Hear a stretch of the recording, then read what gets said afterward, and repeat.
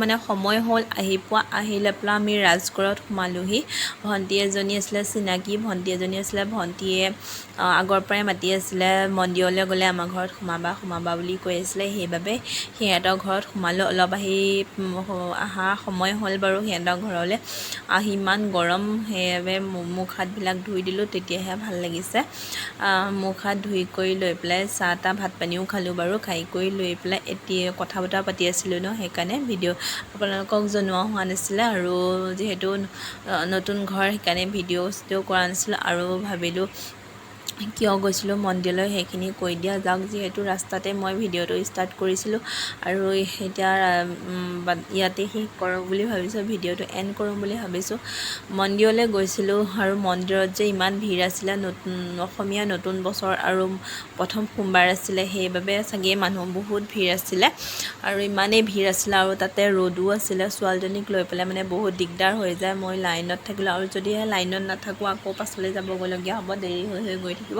সেইবাবে মই লাইনত আছিলোঁ আৰু ছোৱালীজনীক বাপেকে চম্ভালিছিলে আৰু য'ত ত'ত দৌৰি ফুৰে যে তাই গুচি যায় সেইবাবে আৰু সেইকাৰণে ভিডিঅ' কৰা নাছিলোঁ অকণমান তাতে ভিডিঅ' কৰিলোঁ আৰু যিহে ৰ'দত আৰু মানে কিনো ভিডিঅ' কৰিম আৰু মানুহৰ ভিৰ সেইবাবে যেনে তেনে মন্দিৰৰ পৰা ওলাই আহিলোঁ মন্দিৰলৈ এইটো কাৰণেই গৈছিলোঁ আৰু ছোৱালীজনী গৰ্ভত থাকোঁতে শৰাই এখনি আগবঢ়াই থৈছিলোঁ যে সেইবাবে শৰাইখনি দিবলৈ গৈছিলোঁ যিহেতু তাই 2 বছৰ হ'বলৈ হ'লেই আগ কৰি থোৱা বস্তু মানে সোনকালে দিলে ভাল হয় বয়সস্থজনেও কয় তেনেকেই সোনকালে দিব লাগে বুলি আৰু সেয়েহে তাই 2 বছৰ নোহোৱা আগতে ভাবিলোঁ দিওঁ আৰু আগতে আহিম বুলি ভাবিছিলোঁ কিন্তু সময় সুবিধা মিলা নাছিলে সেইবাবে আহিব নোৱাৰিলোঁ আৰু এতিয়া ঘৰলৈ আহিছোঁ যেতিয়া বিহু বুলি ঘৰলৈ আহিছোঁ সেই সুযোগতে ভাবিলোঁ একেবাৰে বিপদটো আহিয়ে থাকিব মানুহৰ কিন্তু এনেকৈ নগ'লে নহ'ব সেইবাবে আজিয়ে আহি গ'লোঁ মন্দিৰলৈ আৰু নতুন বছৰ বুলি আহাও হ'ল আৰু তেনেহ'লে ভিডিঅ'টো ইয়াতে শেষ কৰোঁ বুলি ভাবিছোঁ যদি মোৰ ভিডিঅ'টো ভাল লাগিছে তেনেহ'লে লাইক কমেণ্ট ছাবস্ক্ৰাইব কৰি বেল আইকনটো অল কৰি দিব আৰু তেতিয়াহে আহিবলগীয়া নটিফিকেশ্যনবোৰ পাই থাকিব তেনেহ'লে মোৰ ভিডিঅ'টো চাই কেনেকুৱা লাগিলে কমেণ্ট কৰি জনাবলৈ নাপাহৰিব এতিয়া আহিছোঁ